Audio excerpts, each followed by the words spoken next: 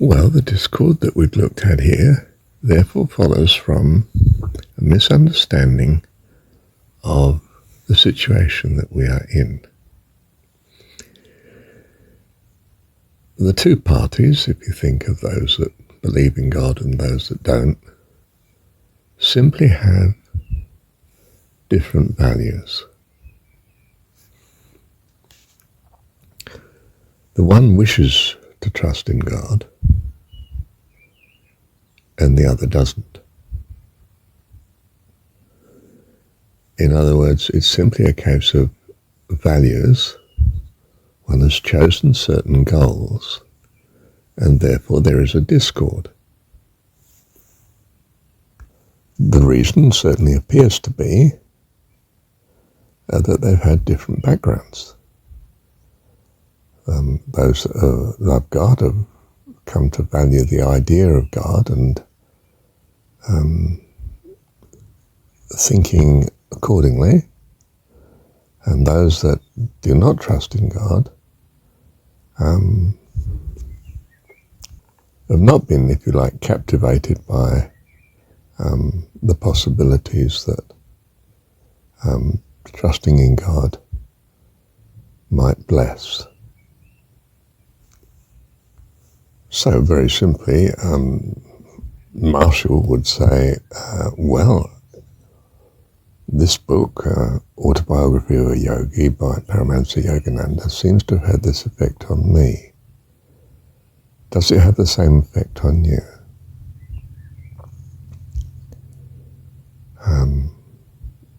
A person might pick up the book and say, well, no, it doesn't really interest me, India.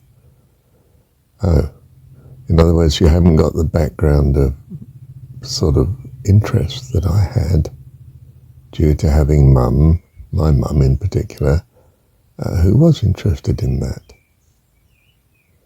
And my association of loving her and her love led me into an interest in, if you like,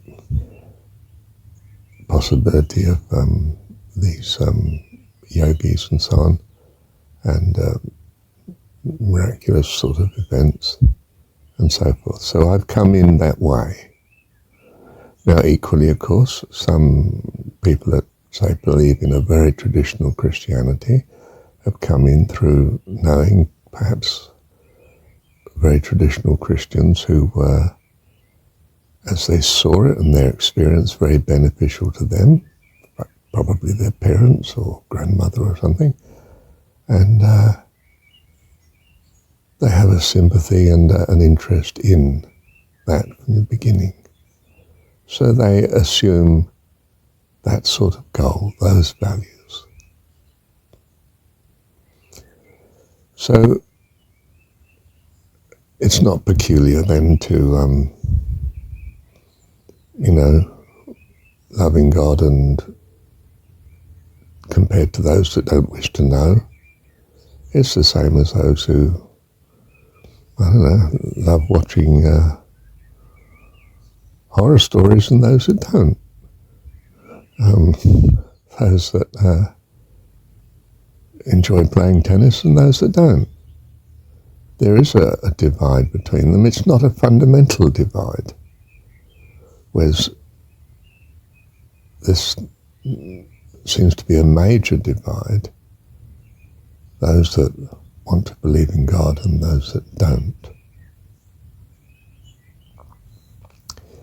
That seems to have major implications as regards ethics and the fabric of society from the point of view of what society is to value and what to avoid.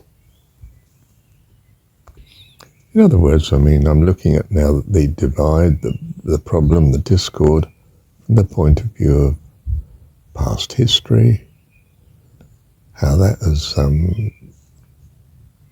presumably caused difference in values, and why those values seem not able to be harmonized now. They're clearly, some of them are quite opposites, like, you like sweet things and I don't. I like savoury. This is something to do with perhaps what we're used to, perhaps how our bodies adjusted to diet, perhaps the associations we have with certain types of food, and so on. In other words, the discord lies in the history of who we've become. This doesn't mean we can't become something more consistent with each other, more in harmony. It just means this is what we've become at present. Of course, you might be using the media, propaganda, to influence people's values so that, I don't know, they all like to buy McDonald's burgers or something, you know. You might sort of seek a harmony in that way. Extremely crudely here, we generally say through advertising. Pretty crudely, we might say through propaganda. We might be influencing that all our population is in favour of communism or capitalism, or and we work hard to put resources into this, those that have the power and authority to do so. And we now get whole societies that are different, discordant with other societies. And because the history of our society might, for instance, be, I don't know, Muslim, and your society might be, I don't know, Buddhist, say, the two are at odds with each other. What can we do about this?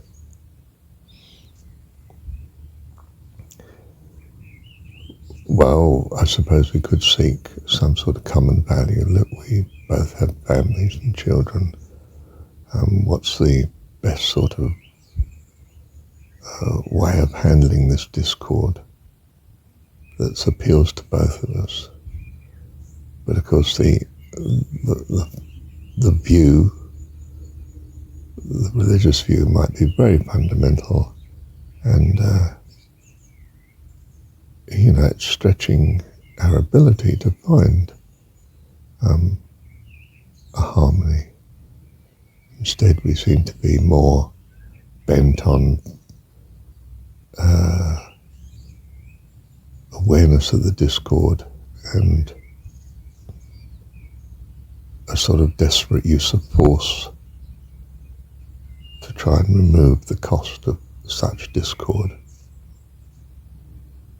to one or both parties, by one or both parties. So we have a situation where those that believe in God and continue to are pretty convinced that their life is much better for doing so. Those that don't believe in God don't see that this is at all likely and think that such a fiction as they see it, a choice of belief, is unwarranted. From their point of view, their approach to the problem is to quite often either ignore, in desperation, those that believe in God as just irrational, or to use logic and reasoning as to why they should value not believing in God. In some sense, you know, this is a realism, this is reliable, this is the best way of handling the uncertainty. Those that do believe in God, assuming they do genuinely believe in God, it's not just some sort of habit, not, in other words, not terribly of great value to them, it's just their social habit. But if they are real, you know, if you like, earnest believers on fire for God, simply say, look, I've now found, this is the point, that trusting in God transforms my life, and it's far happier and blessed than it was before. In my case, I can say that, you see. So this is my explanation. In other words, if you practice trusting in God, just practice it as if you did believe, you'll find it has a transforming effect on your happiness and joy, and you won't want to go back. This may still not appeal, of course, to the non-believer. They just think, well, I don't honestly believe you, or you know, the consequence might be not a consequence at all of you choosing to trust God, but simply a coincidence that you chose to trust God, and you also happen to have good fortune that brought an increase in, I don't know, health and prosperity and relationships and so on, but they weren't connected to necessarily you choosing to love God.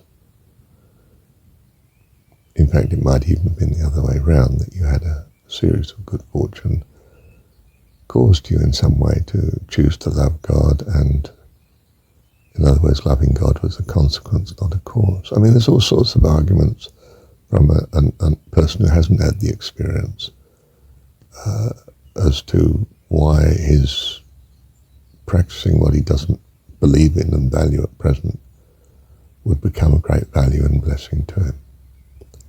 And this, of course, and the Christian, for instance, uses this, they come to know you, and they find you a nice person to be with, so they don't want to exclude the possibility that you're right in some way, because you're such a good friend to them and rescued them in such and such a situation, and they become more interested in what you believe and why. Well, both parties may realize that that is in fact the frontier that they're fighting on. Both sides are trying to reach the other with the reality as they see it.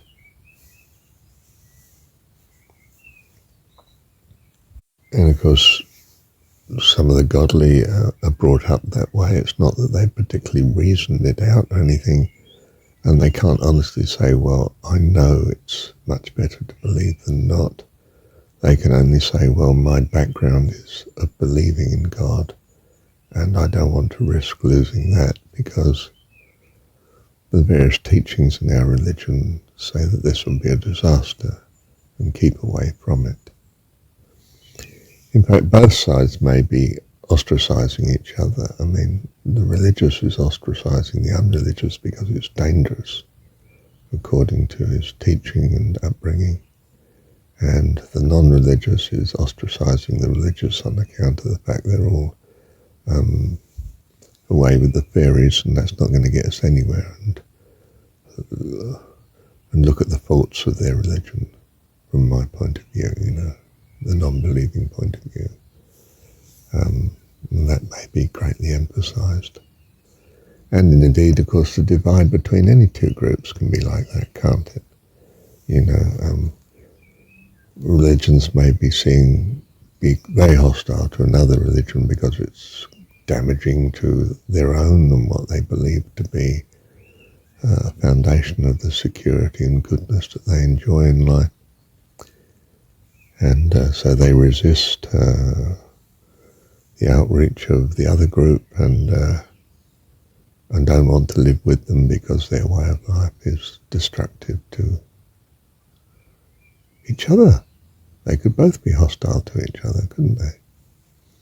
Or perhaps one side is much more hostile to the other. You know, it might be very one way. But it comes down to values. And why they have different values is presumably a different history, or now a different historicity, the way they see their history. And their security and well-being relies on staying as they are, which is distinct to other groups that are not the way they are. And this might be quite minor, like you know,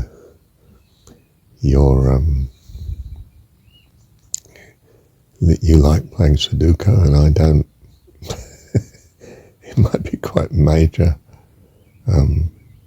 You believe in a God that is going to take you to heaven, and I don't. You know, I mean, it can be major, major in the sense that it affects all your ethical things and hopes and purposing and other value sets, you know, are dramatically different because of this. And such divide is therefore major and of great cost to both sides, potentially, and seen as a great trouble, risk. Well, that's the situation as I see it. And what do you think? Thank you, Heavenly Dad.